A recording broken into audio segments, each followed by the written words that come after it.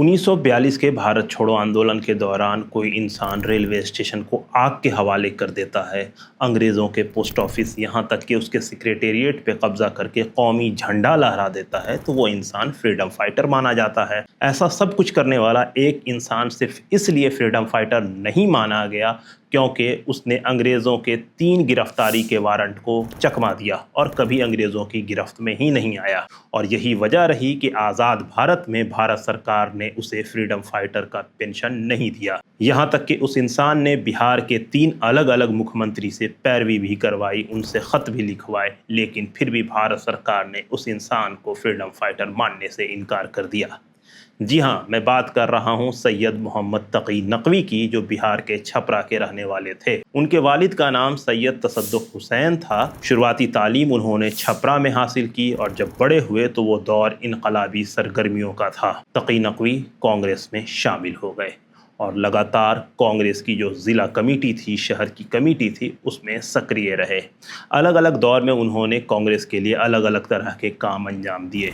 1930 की दहाई में पंडित जवाहरलाल नेहरू के कॉल पर मुस्लिम मास कनेक्ट कैंपेन चलाया गया और इसके सारन के सरबराह थे तकी नकवी और इन्होंने हज़ारों की तादाद में मुसलमानों को कांग्रेस से जोड़ा।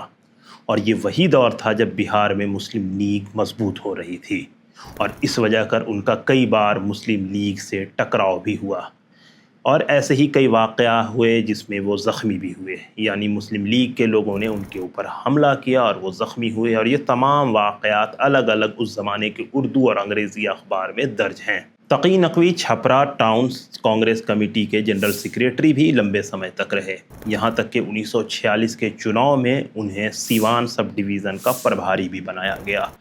लेकिन उन्होंने जो सबसे ज़्यादा मकबूलियत हासिल की वो 1942 के आंदोलन में, यानी भारत छोड़ो क्विट इंडिया आंदोलन में। उन्होंने अपनी सरपरस्ती में ना सिर्फ रेलवे स्टेशन को आग के हवाले किया, बल्कि अंग्रेज़ों के पोस्ट ऑफिस, डाकखाने, यहाँ तक कि उनके सेक्रेटेरिएट पे भी कब्जा कर कौमी झंडा लहरा दिया, जिसके बाद अंग्रेज़ी फ़ौज, अंग्रेज़ी पुलिस बौखला गई और इनके ख़िलाफ़ वारंट निकाला। लेकिन तकी नकवी अपनी दुरंदेशी और शुजाअत का मुज़ाहरा करते हुए अंडरग्राउंड हो गए। वो अंग्रेज़ों की पकड़ में ही नहीं आए और फिर वो लगातार अंडरग्राउंड होकर काम करते रहे।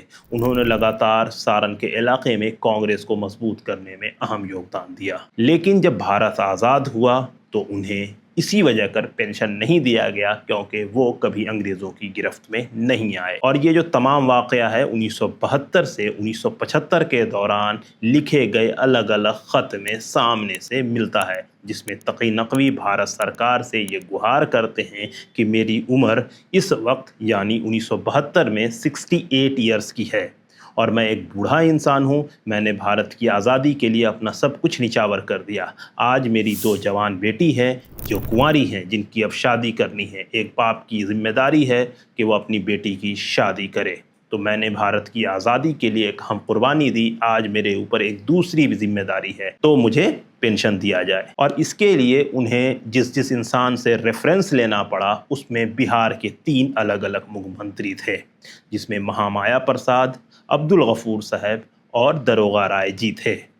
जहाँ पे महामाया प्रसाद ने बज़ाब्ते तकी नकवी का नाम लेकर लिखा कि ये हमारे अंडर में ही काम कर रहे थे और इन्होंने भारत की जंग आज़ादी में बढ़ चढ़कर हिस्सा लिया है। यहाँ तक कि और भी दीगर कई MP, MLA और उनके साथी जो कांग्रेस पार्टी से जुड़े हुए थे, उन्होंने भारत सरकार को ख़त लिखा एज ए रेफरेंस कि ये इंसान फ्रीडम फाइटर है और इसका भारत की जंग आज़ादी में एक अहम रोल है। लेकिन भारत सरकार ने इस इंसान की कुर्बानी को नहीं माना और इस इंसान को पेंशन नहीं मिला।